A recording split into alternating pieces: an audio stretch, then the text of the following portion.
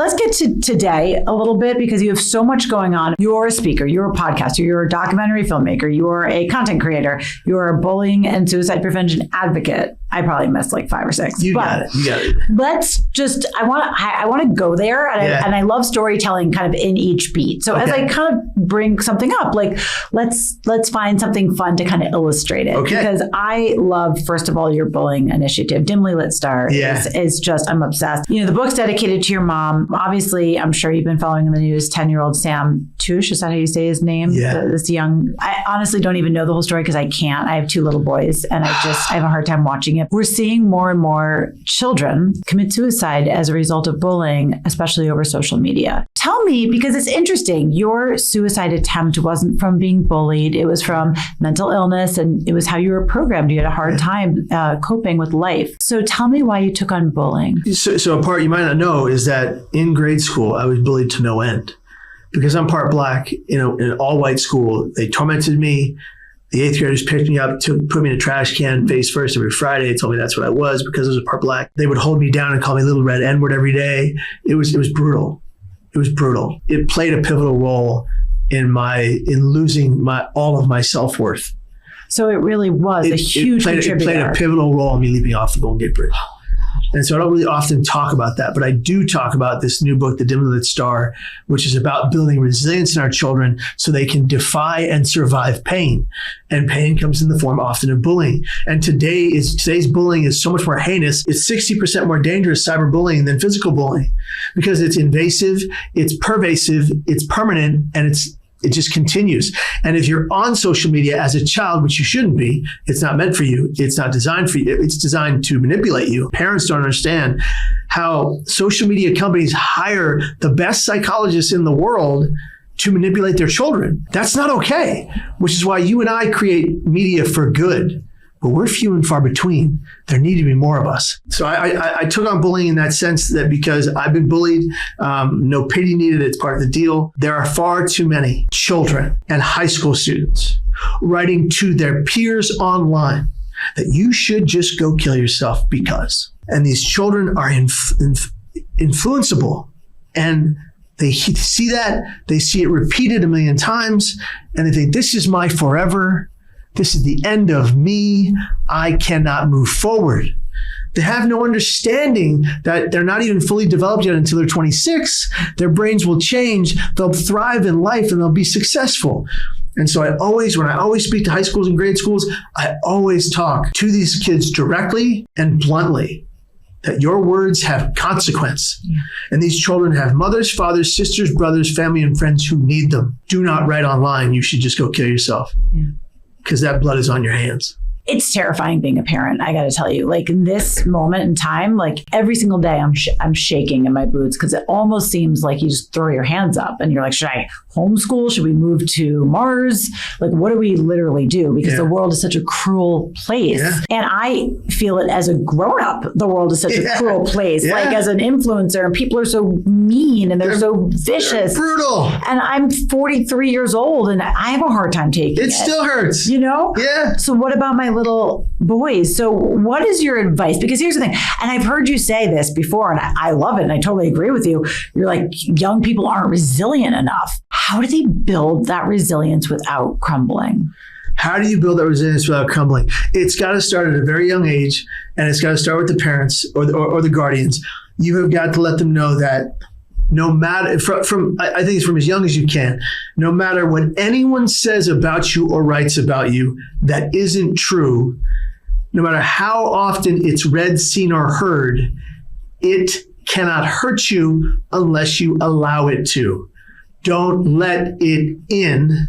Don't let it live rent-free in your brain. Push it out. Well, my mom did when I was bullied.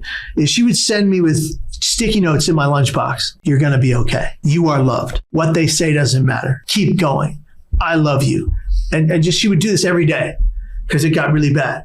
And so we need constant friendly reminders to our loved ones and our children, whether they're teenagers in high school or grade school, and say, what's the peak and the pit of your day? Yeah. When they come home, what's the peak and the pit of your day at the dinner table? Did they hurt you today? Yes. Are they still hurting you online? Yes or no? Yes. Let's have a debrief. What are they saying? Tell me what they're saying. You have to open Yes. the can of worms. Tell the truth. What are they saying? Break it down to the base level. And you say, they only say those things because they are broken and they are trying to break you. Don't let them. You forge onward. You're going to teach a child to build resolve and resilience so they can survive that kind of struggle. Because the children that are on their devices 24 hours a day, or the parents aren't monitoring those devices or what's going on there, those are the ones I think are in the most trouble. Yeah. Because in a sense, in that realm, they're being neglected in a sense. Yeah. That their reality is being neglected because so many of our kids are stuck here on the device. To build that resolve, you start young.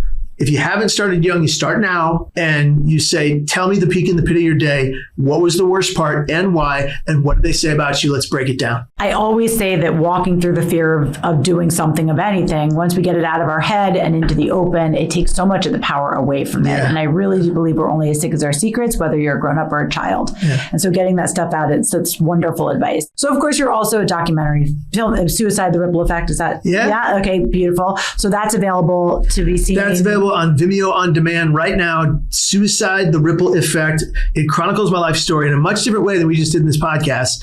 Cinematic way, beautiful way. And I'll tell you that when we put this film out, we had it shown for free with foundations all over the world through Gather Films. And it was held at AMC and Regal theaters all around the world for foundations to use the ticket money to raise money for their organizations. We raised, I think, over $100 million for foundations around the world. Wow. The film was seen well over 2 million times in 20 plus countries, and it had that kind of effect. I think to date, over 1,000 people have said the film saved their life. Well, speaking of things that save people's lives, I really want to end talking about the net. Okay. Because I just think it's going to fascinate people, and it definitely fascinates me. Can you tell me? Absolutely. So the Golden Gate Bridge was the single highest suicide spot in the world. For the better part of 90 years, different groups have advocated to end death at the Golden Gate Bridge. And for the better part of 90 years, those advocates were halted. For the last 23 years since my attempt, my father, myself, and then my wife have been working tirelessly alongside a great many other people, started by the Bridge Rail Foundation, which my father founded with Paul Muller and Dave Hall. Dave Hall lost his 13-year-old daughter to the Golden Gate Bridge. Kathy, may she rest in peace. Got together with a bunch of family members, a bunch of suicide prevention organizations. We fought tirelessly for 23 years. As of January 1 of this year, the net was complete across all 360,000 square feet of the bridge across both sides. And as of February of this year, for the first time in 90 years, there were 0 suicides at the Golden Gate Bridge. And we did that. And it's an incredible achievement. It's one of the only massive success stories in the field of suicide prevention ever. Yeah. There's a lot of suicide prevention efforts. There's very few that can say they're actually physically reducing suicides. Why was there such pushback prior? They'll just go somewhere else. You're going to ruin the aesthetics of the bridge. First of all, it's a myth. They won't just go somewhere else. We proved that. They'll just go back to the Golden Gate Bridge. They'll be saved. Secondarily, the aesthetics of a bridge. What are the aesthetics of a bridge compared to one human life? That's your mother, your father, your sister, your brother, your family, your friend. They matter. And they don't want to die. They believe they have to. And if you can show them a different way, you can keep them alive. We raised that net. It was incredible. Maybe it won't stop every suicide, but it will probably stop 90% of them every year. And that's amazing. And when I say it's one of the only proven ways to reduce suicides, reduction of access to lethal means is one of the only proven methods of real suicide prevention. And so if we can utilize this win and take it around the world, which is what the Bridge Rail Foundation is now doing. We've opened up and we're sharing the blueprint of this success to change legislation here. We can change it anywhere. And that's why I'm now making the new documentary about the net, about the 90-year effort to end death at the Golden Gate Bridge, how we did it, why we did it, and why it's so important. I mean, it's a perfect place to wrap. I just want to ask one more question, Sure. Which is, you've covered gratitude in great lengths in this last hour, but if there's one other thing maybe you would want to leave us about how gratitude fuels your life today, what would that be? I'm a firm believer, certainly after I did what I did, that every waking moment is a gift. No matter how painful some of those moments are, I'm telling you, Jamie, you can survive any pain that comes your way. Pain is universal. It's coming for all of us if it hasn't already. But suffering is a choice. If you live your whole life as a sufferer or a victim, that's all you'll ever be. Even if you've been victimized, even if you have suffered. If you stay there, that's all you will ever be. Yeah. if you hold gratitude inside the most painful moments of your life, you're indestructible. Choose to be indestructible. Choose gratitude. It's perfect. It's so beautiful and so true. Thank you so much. I can't thank you enough for being so vulnerable and honest. And you were such an inspiration. I hope you know that. Thank you, Jamie. Yeah. Thank you so much. Thanks for having me.